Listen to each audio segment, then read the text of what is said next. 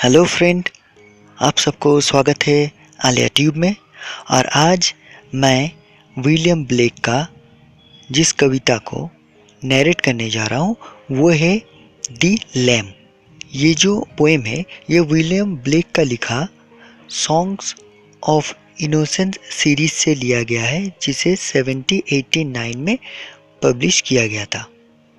William Blake का दो collection था, एक था सॉन्ग्स ऑफ इनोसेंस, दूसरा था songs of experience. The lamb ये जो कविता है सॉन्ग्स ऑफ इनोसेंस है, इसे counterpart poem of the tiger माना जाता है। ये the lamb is a common metaphor of Jesus Christ. ये जो कविता है, ये जो पोएम है द लैम, ये जीसस क्राइस्ट को सिंबलाइज किया गया है। इस कविता का जो राइम स्कीम है वो है A A B B C C D D A A, ये फर्स्ट स्टैंजा में, और सेकंड स्टैंजा में है A A E F G ji F E ए ए। पहले बता देना चाहता हूँ कि इस पोएम में 2 स्टैंजा है और हर एक स्टैंजा में 5 राइम कपलेट है। इस कविता का जो मेन थीम है वो ये है कि this poem like many of the songs of innocence accepts what Blake saw as the more positive aspect of conventional Christian belief। तो उस वक्त का जो क्रिश्चियन बिलीव था, रिलीजियन था, उसमें फ़र्क करके दिखाया गया है। सॉन्ग्स ऑफ इनोसेंस में द लैम को innocence, beautiful, meekness, gentleness, kindness के सिंबल पे दिखाया गया है जो जीसस क्राइस्ट था। और सॉन्ग्स ऑफ एक्सपीरियंस में खास करके द टाइगर में जो चीज़ें दिखाया गया था, जैसे भयानक या फिर हिंसा, पावरफुलनेस, डोमिनेशन, ये सब सिंबलाइज करके दिखाया गया है। तो आइए इस कविता को शुरू करते हैं। फर्स्ट स्टांजा में देखिए, little lamb who made thee, dost thou know who made thee. यहाँ पर एक लैम को, लैम मतलब होता है मेमना, मतलब जो बकरी का बच्चा होता है, उससे सवाल कर रहा है कोई। और ये सवाल कौन कर रहा है? ये भी एक बच्चा ही है। ये जो बच्चा है ये जीसस क्राइस्ट को सिंबलाइज करता है। तो ये बच्चा, जो इंसान का बच्चा है, वो एक मेमना से पूछ रहा है कि लिटिल लैम हु मेड दी, क्या तुम्हें किसने बनाया?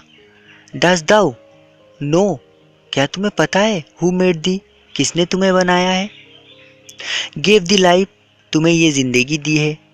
एंड बीट द फीड, और तुम्हें खाना सिखाया है। मतलब ये जो खाना खा रहे हो तुम, by the stream and over the mead, मतलब ये जो घास से भरा हुआ मैदान में, नदी किनारे तुम जो ये खा रहे हो घास फूस, ये खाना खिलाना तुम्हें किसने सिखाया और किसने तुम्हें ये ज़िंदगी दी है, क्या तुम्हें पता है? Give the clothing of delight, clothing of delight मतलब कपड़ा, जो कपड़ा वो बच्चा पहना हुआ है, लिटिल लैम पहना हुआ है, तो उससे पूछा जा रहा है कि इतना अच्छा कपड़ा तुम्हें किसने दिया? सॉफ्टेस्ट क्लोथिंग वूली ब्राइट, और ये वूली ब्राइट का मतलब होता है ऊन की तरह चमकना। तुम्हारे शरीर में जो ये कपड़ा है, मतलब मेमना का जो शरीर का जो वूली ब्राइट जो क्लोथिंग होता है बहुत ही सॉफ्ट होता है। उसके बारे में पूछा गया है कि इतना सॉफ्ट कपड़ा तुम्हें किसने दिया जो बहुत चमकदार है। Give the such a tender voice, और वो पूछ रहा है कि तुम्हें इतना अच्छा खूबसूरत वॉइस किसने दिया है। Making all the vales rejoice, और तुम्हारी ये जो वॉइस है ये इतना जेंटल है जिसे सुन के making all the vales rejoice, vales का मतलब होता है वैली, मतलब घाटियाँ। तो तुम्हारी जो ये आवाज़ है ये इतनी खूबसूरत है कि इसकी गूंज बहुत दूर तक घाटियों तक फैलता जाता है। और रिजॉइस मतलब सब कोई आनंदित हो जाता है, तो घाटियाँ जो है वो खुशी से झूम उठता है। Little lamb who made thee, dost thou know who made thee, तो लिटिल लैम तुम्हें किसने बनाया है, क्या तुम्हें पता है तुम्हें किसने बनाया है? तो यहाँ पर दोस्तों देखिए, पहले स्टैंजा में जब शुरू हुआ था ये जो 2 लाइन, और इसी स्टैंजा का लास्ट 2 लाइन देखिए सेम है, मतलब सेम कपलेट यूज़ किया गया है।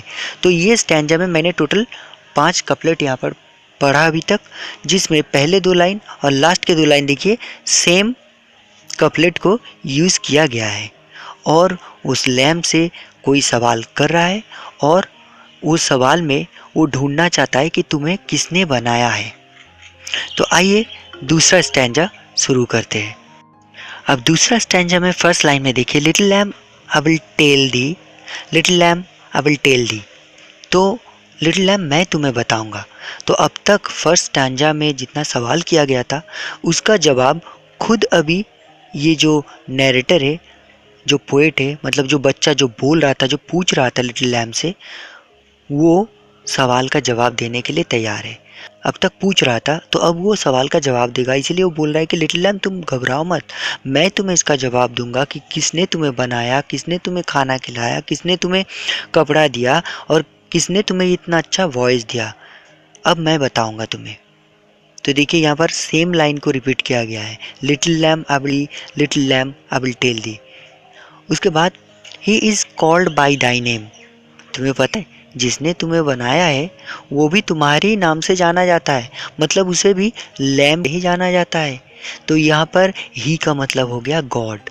तो जो लैम्ब है वो गॉड को सिंबलाइज किया गया है, इसीलिए बताया जा रहा है कि ही is called by thy name, वो भी तुम्हारे ही नाम से जाना जाता है। For he calls himself a lamb, क्योंकि वो भी खुद अपने आप को लैम्ब के नाम से ही जाना जाता है।